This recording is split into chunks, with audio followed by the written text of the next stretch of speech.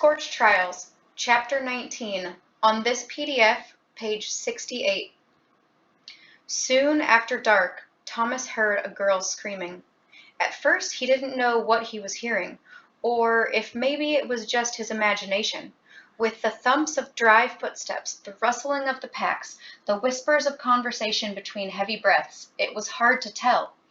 But what had started as almost a buzz inside his head soon became unmistakable.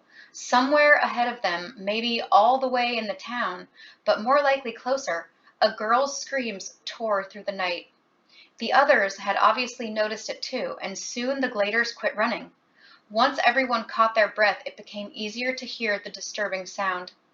It was almost like a cat, an injured, wailing cat, the kind of noise that made your skin crawl and made you press your hands to your ears and pray it went away.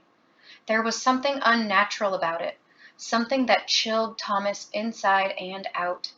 The darkness only added to the creepiness. Whoever the source, she wasn't very close, but her shrill screeches bounced along like living echoes, trying to smash their unspeakable sounds against the dirt until they ceased to exist in this world. "You know what that reminds me of?" Minot asked, his voice a whisper with an edge of fear. Thomas knew. Ben, Albie, me, I guess, screaming after the griever sting? You got it. No, Frypan moaned. Don't tell me we're going to have those suckers out here, too. I can't take it. Newt responded just a couple of feet to the left of Thomas and Eris. Doubt it. Remember how moist and gooey their skin was? They'd turn into a big dust ball if they rolled around in this stuff. Well, Thomas said, if Wicked can create grievers, they can create plenty of other freaks of nature that might be worse. Hate to say it, but that rat-looking guy said things were finally going to get tough. Once again, Thomas gives us a cheerful pep talk, Frypan announced. He tried to sound jovial, but it came out more like a spiteful rub. Just saying it how it is, Frypan huffed. I know, and how it is sucks big time. What now? Thomas asked. I think we should take a break, Minot said. Fill our little tummies and drink up. Then we should book it for as long as we can. Stand it while the sun is still down. Maybe get a couple hours sleep before dawn. And the psycho screaming lady out there? Frypan asked. Sounds like she's plenty busy with her own troubles.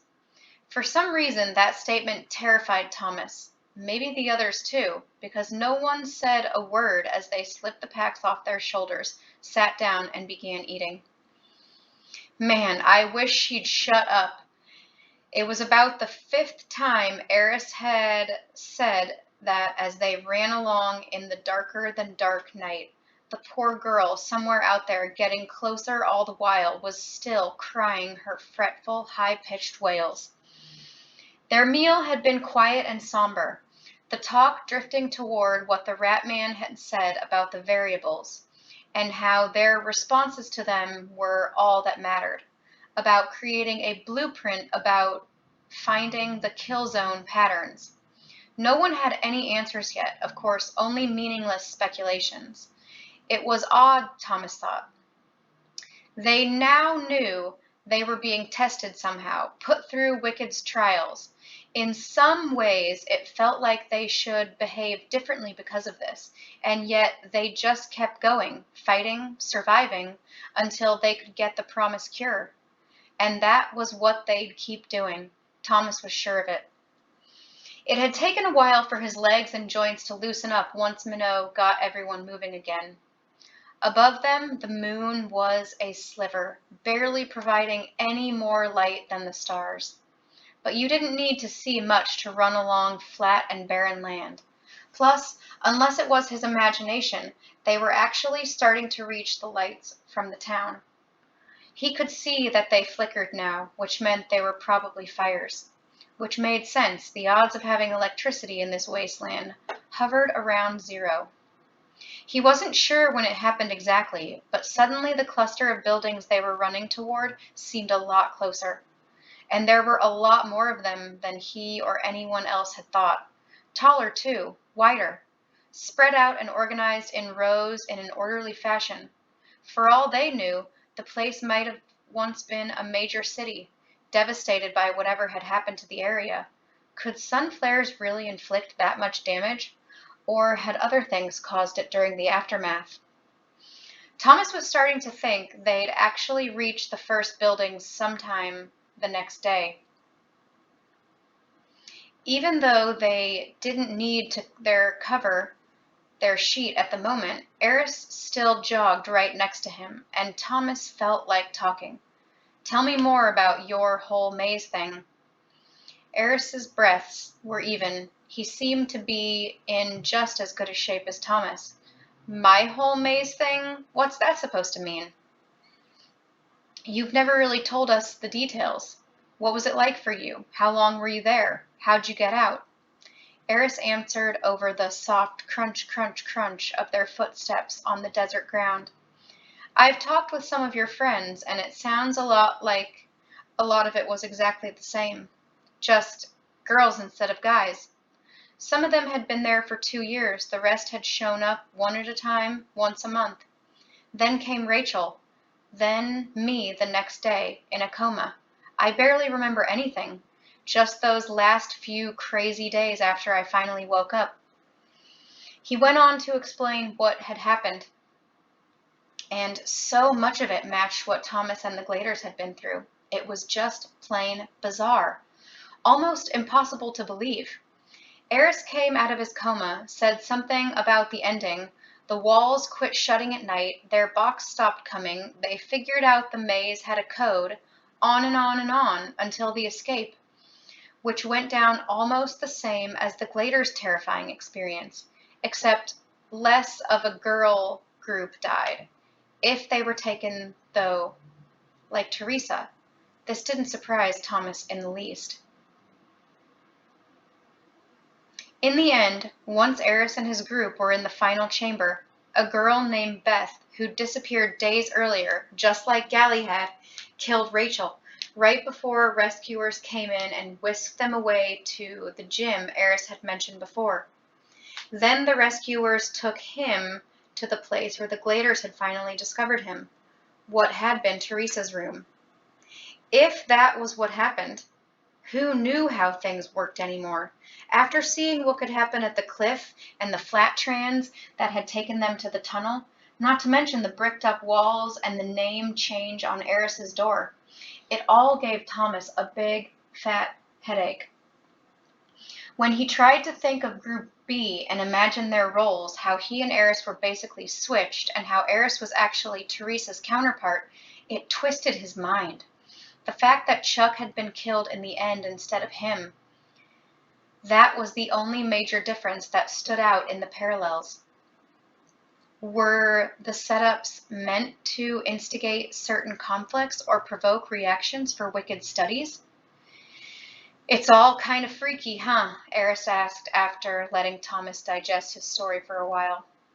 "I don't know what the word for it is, but it blows me away how the two groups went through these trippy parallel experiments, or tests, trials, whatever they were. I mean, if they're testing our responses, I guess it makes sense that we were put through the same thing. Weird, though." Right when Thomas stopped speaking, the girl in the distance let out a shriek even louder than her now regular cries of pain, and he felt a fresh rush of horror.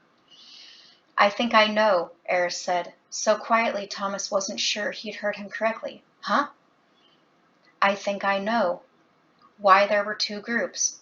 Our two groups." Thomas looked over at him, could barely see the surprising look of calm on his face. "You do? What then?" Eris still didn't seem very winded.